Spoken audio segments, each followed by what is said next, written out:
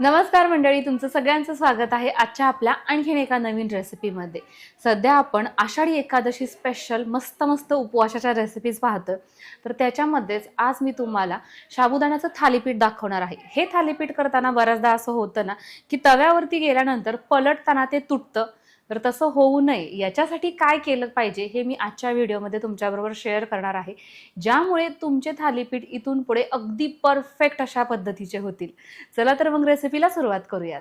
थालीपीठ करण्यासाठी एका ताटामध्ये आपण 2 कप भिजवून घेतलेला साबुदाणा घेतलेला आहे। इथे तुम्ही बघताय एकदम छोट्या आकाराचं हे बटाटे आणि याच्यावरची फक्त साल काढलेली आहे। हा कच्चा बटाटा आहे, आपल्याला खिसून घ्यायचा आहे।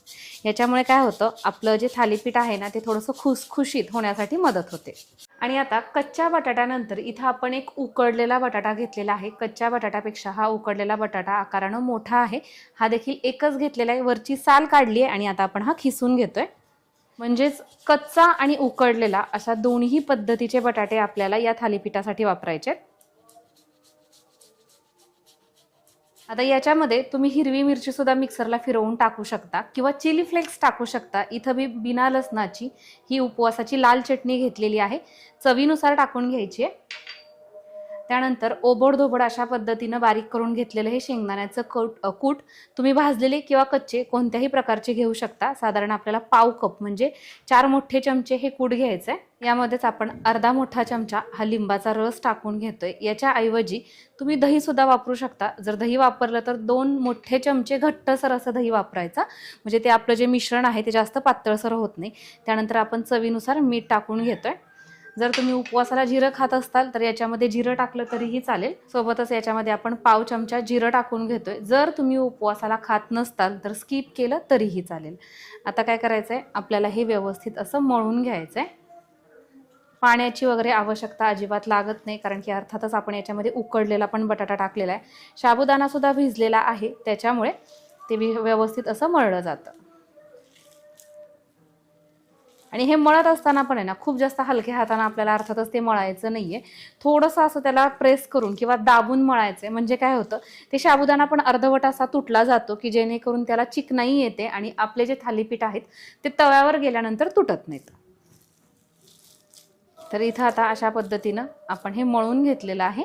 थालीपीठ म्हटलं की जनरली आपण एक सुती कपडा घेतो, त्याला ओलं करतो, पण बऱ्याचशा ज्या नवीन शिकणाऱ्या मुली असतात ना त्यांना ते जमत नाही, कारण की ओला कपडा ज्यावेळेस आपण अशा पद्धतीनं पकडतो, तव्यावरती टाकतो, तर त्यावेळेस ते त्यांना थोडंसं अनकम्फर्टेबल वाटतं। तर त्याच्यासाठी इथे ना मी हा फॉईल पेपर, आपला सिल्वर फॉईल पेपर घेतलेला आहे आणि याच्यावरती आज आपण हे थालीपीठ ट्राय करणार आहोत। थालीपीठाचं मिश्रण हाताला लावण्यापूर्वी आपल्याला अशा पद्धतीनं तेल लावून घ्यायचं आहे। या फॉईल पेपरवरती आता तुम्ही तेलाचा किंवा पाण्याचा कशाचाही हात घेऊ शकता आणि अशा पद्धतीने हे थालीपीठ आपल्याला थापून घ्यायचं आहे।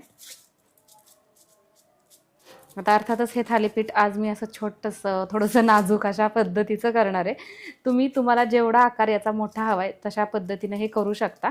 आणि तुम्ही इथं बघताय फॉईल पेपरवरती केल्यामुळे ना याला आपल्याला असा गोल आकार देणं अगदी सहज सोपं आहे। कपड्यावरती काय होतं, शक्यतो मग ते कपड्याला पण चिटकून बसतं। मध्यंतरी असं आपण एक होल करूयात। गॅसवरती आपण पॅन ठेवून घेतलेला आहे आणि याला तेल लावून घ्यायचं आहे। आणि आता अशा पद्धतीने यावरती टाकून घ्यायचं आणि हलक्या हाताने आपण हे काढून घेतोय। इथं आपला जो गॅसचा फ्लेम आहे तो आपल्याला मीडियम ठेवायचा आहे आणि इकडं फॉईल पेपरला हे जे पीठ लागलेलं आहे ना ते असं पुसून घ्यायचं, म्हणजे दुसरं थालीपीठ आपल्याला करायला सोपं पडतं किंवा याला मग हे चिटकून बसत नाही। आणि दुसऱ्या थालीपीठाच्या वेळेस याला मी तेलाचा हात घेतलेला आहे। कडेनं आपण तेल टाकून घेतोय। तेलाच्या ऐवजी तुम्ही तुपाचा सुद्धा वापर करू शकता। आणि पलटायची याला आपल्याला घाई करायची नाहीये, गडबड करायची नाहीये। खालच्या साईडनं हे छान खरपूस असं शेकलं गेलं पाहिजे, नंतरच आपण पलटी करणार आहोत। त्याला व्हायला थोडासा वेळच लागतो, तर त्यामुळे तेवढ्या वेळेमध्ये आपण आपलं दुसरं थालीपीठ थापून तयार ठेवूया।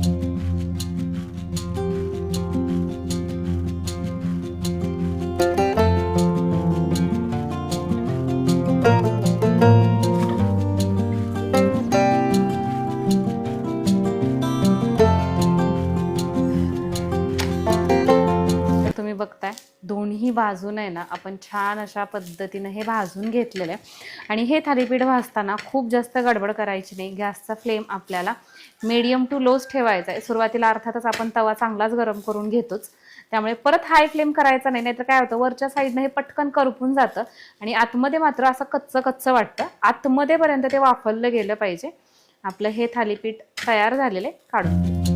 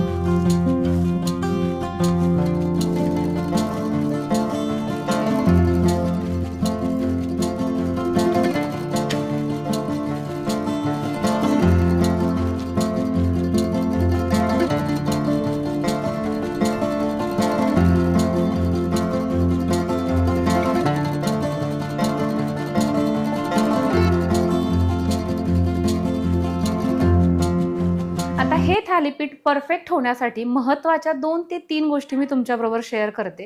त्यातली पहिली गोष्ट, साबुदाणा आणि बटाट्याचं प्रमाण योग्य ठेवायचं। मी ज्या पद्धतीनं तुम्हाला दाखवलेलं आहे तशाच पद्धतीनं याचं प्रमाण ठेवा। दुसरी गोष्ट म्हणजे थालीपीठ थापत असताना खूप जास्त मोठं ते थापायचं नाही, म्हणजे काय होतं आपलं जे उलटणं आहे त्याला ते बॅलन्स होतं।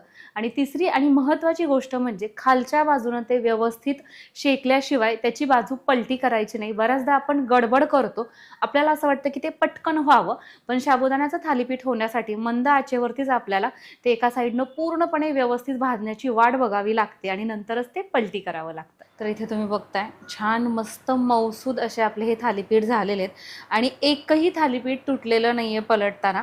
जर तुम्ही मी व्हिडिओमध्ये ज्या काही गोष्टी सांगितल्यात त्या लक्षात ठेवल्या तर तुमचं सुद्धा थालीपीठ अशाच पद्धतीचं भन्नाट असं होणार आहे।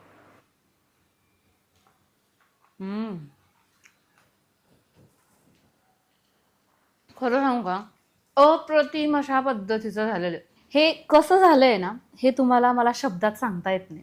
फक्त मी एवढंच म्हणेल की एक घास खाल्ला ना की आपसुकपणे आपण काहीच न बोलता दुसरा घास खाणारे पटकन, अशा पद्धतीचं